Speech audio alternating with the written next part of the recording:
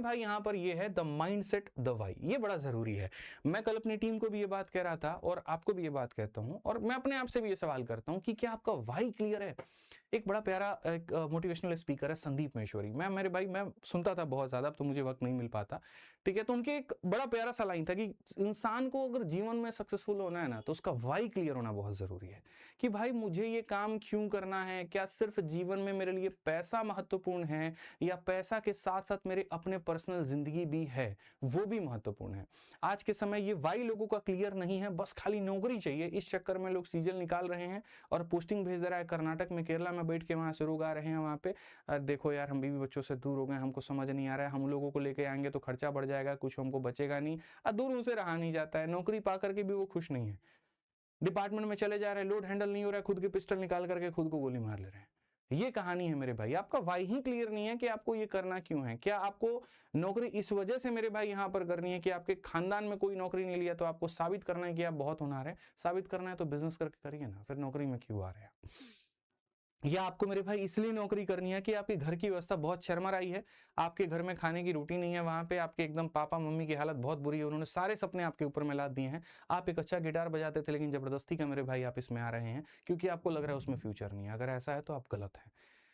यकीन मानिए आज के समय आईपीएल में ऐसे ऐसे लोगों की मेरे भाई इतनी महंगी बोली लग जा रही है कि आप जीवन भर में इतना नहीं कमा पाएंगे जितना वो एक सीजन में, एक मैच में कमा ले रहे हैं। भाई 20-20 करोड़ रुपए सर, 25-25 यहाँ पे एक इनकम टैक्स में मर जाएगा वो कमाते कमाते वो, और उनका एक सीजन का वो फीस है, और जो ब्रांडिंग मिलेगी वो अलग, जो एड मिलेगा वो अलग, वो सारी चीजें अलग। तो पहले तुम अपना वाई क्लियर करो कि भाई मुझे जाना क्यों है। अगर मेरे अंदर में ये स्किल्स हैं, ठीक है, तो हम इसमें जाना चाहेंगे, और मैं इस वजह से जाना चाहूंगा कि हाँ मैं अब अपने आप में एक एक कह सकते हैं कि होनहार छात्र हूं, या अपने आप में अपने आप को एक बहुत अच्छी नजरों से देखता हूं, और मुझे लगता है कि मैं इस देश की सेवा करने के लिए बना हूं। मैं जो सेवा है वो ग्राउंड पे रह के कर सकता हूं, तो मुझे ये नौकरी करनी चाहिए, और अगर मैं डेस्क पे रह के कर सकता हूँ, ज्यादा बोल रहा है तो मुझे ये नौकरी चाहिए। तो पहले अपना वाई क्लियर कर लेना। आज बैठ करके सोचना कि तुम्हें सरकारी नौकरी क्यों चाहिए, या तुम्हें इनकम टैक्स इंस्पेक्टर ही क्यों बनना है, तुम्हें स्टेशन मास्टर ही क्यों बनना है। वो क्लियर हो गया तो वो तुम्हारे लिए मेरे भाई बहुत आसान होगा।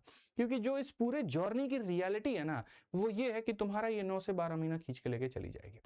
9 से 12 महीने लेकर के जाती है। लोगों को क्या लगता है अंतिम के 1 महीने में मैराथन देखेंगे, एकदम सेट हो जाएगा मामला, जा करके पेपर फोड़ के चले जाएंगे, सिलेक्शन हो जाएगा। भाई मेरे दो शब्द होते हैं, एक होता है मैराथन, एक होता है स्प्रिंट। दोनों के मतलब समझाता हूं। मैराथन का मतलब होता है धीरे चलिए, लंबा चलिए। जैसे आप देखेंगे मेरे भाई 3 किलोमीटर का रेस, 5 किलोमीटर का रेस, 10 किलोमीटर का रेस, उसमें इंसान एकदम तेज नहीं भागता है, धीरे धीरे धीरे धीरे धीरे धीरे भाग के चक्कर पूरा करता है। आज जो शुरू में तेज भागा वो थक हार के बैठ जाएगा, तो वहां पर वो कहानी। आज शुरू में एकदम धीरे भागे तब भी यहाँ पर हार जाओगे, तब भी नहीं पहुंच पाओगे, ठीक है। तो मैराथन उसको कहते हैं। स्प्रिंट क्या कहते हैं? 100 मीटर का रेस, कि एकदम से तेज भागना है, जल्दी पहुंचना है, ठीक है।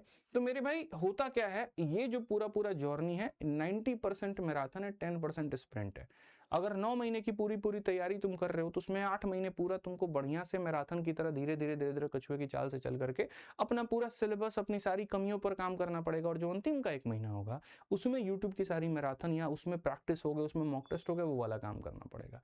So it is not about marathon, it is not about sprint, but it is a combination of both, और ये आपको लेकर के चलना पड़ेगा, ठीक है। मन में अगर ये क्लियर हो कि वक्त कितना लगता है तो मेरे भाई सफर बड़ा आसान बन जाता है। इस बात को ध्यान रखो।